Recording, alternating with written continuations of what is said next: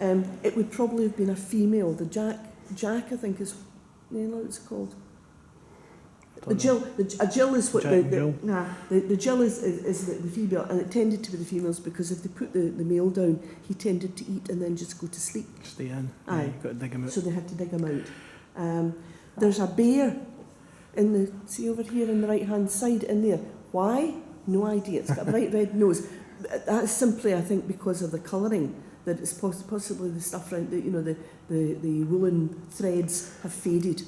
And it shows the bright red nose. But why there's a bear there, we don't know. It could be part of their story. It could have been a story from their ancestors that they're just getting that in. Because it's designed to give you a wee bit of a laugh.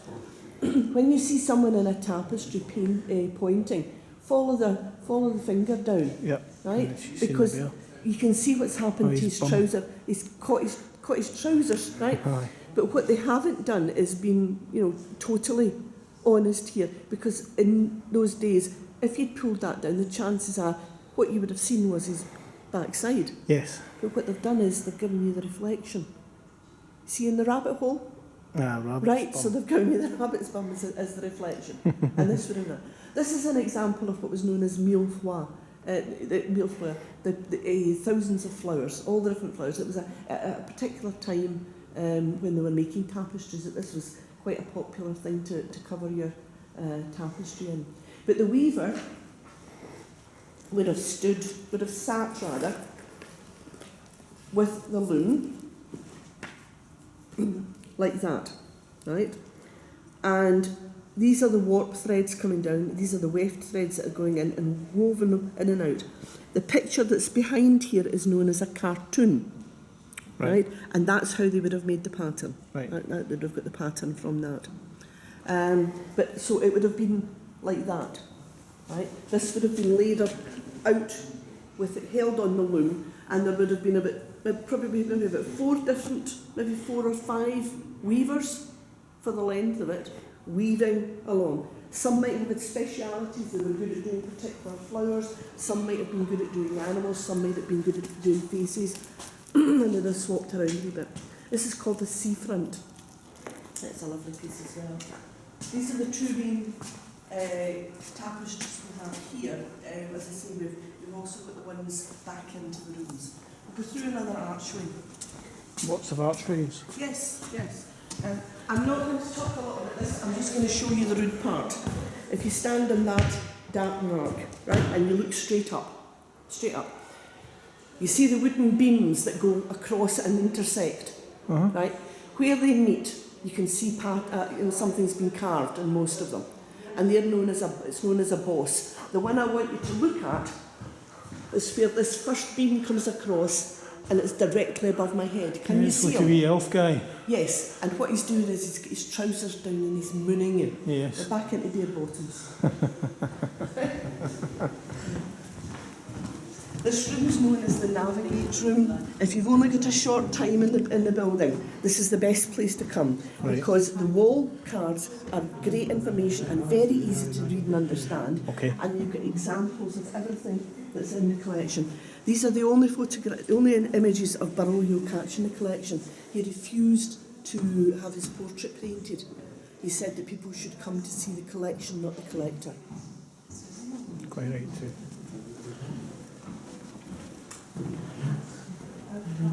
Let's see here.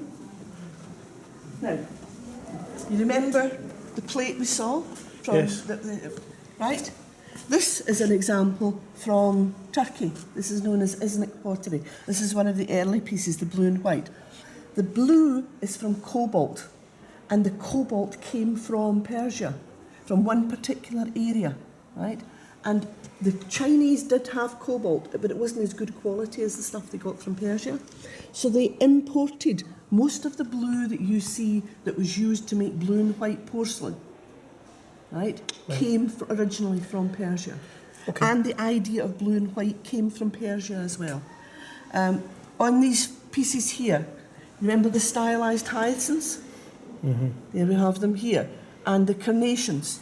Carnations, hyacinths, roses, tulips, all came from the Middle East. and were brought to China and brought to the West. Okay. And we also have the saz leaf here as well. If we have a look at this carpet here, Pretty threadbare. this is one of the carpets that Burrell had on his floor, right, that maybe Kenneth Clark walked over. That's where the table was, so it's not quite as threadbare. It was made by Persian workers. It was made in India. One of the Mughals had brought in Persian workers because he admired their work, and he was the one, it was called Akbar, and he was the one that started up the Indian carpet trade by using Persian workers. So what we've got here are Persian designs round inside, but all the animals inside they're all Indian. They're all Indian. And very unusually with carpets, usually what you get is the pattern and then it's flipped over or it's repeated. This has been flipped over, but it's been flipped over and it's been mixed around. It's very unusual to have something as different as that. It's not predictable where things are going to be. Saz leaf we were talking about, if you look around the edge of that carpet here, okay? If you look around the edge of this carpet, can you see the meander pattern? Yep. All around that. If we look at this beautiful piece here, this is known as a Sudani.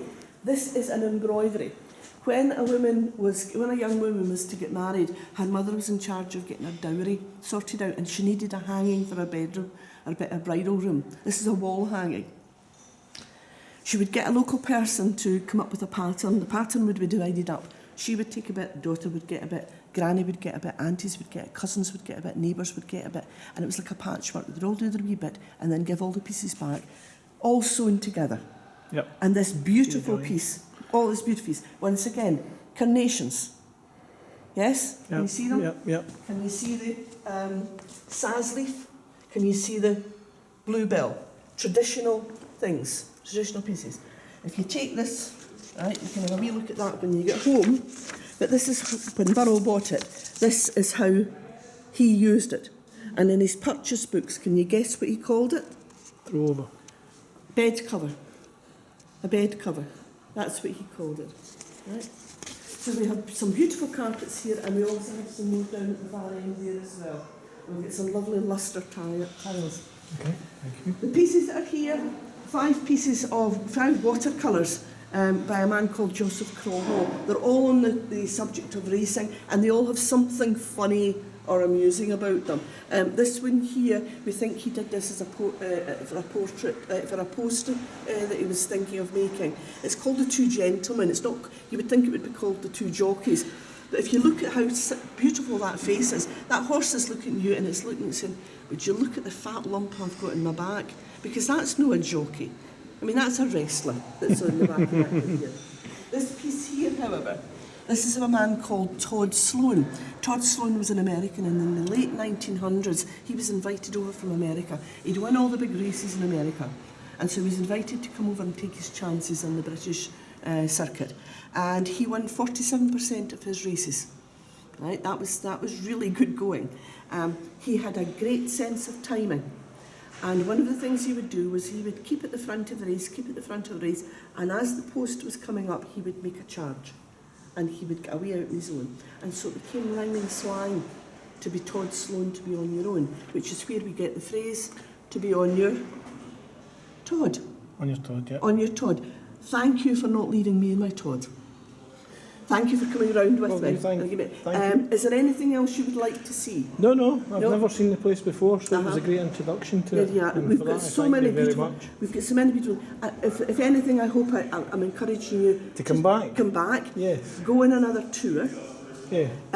Pick up the leaflets of what's on, because we have special theme tours that run, and we have days where the curator will come in and do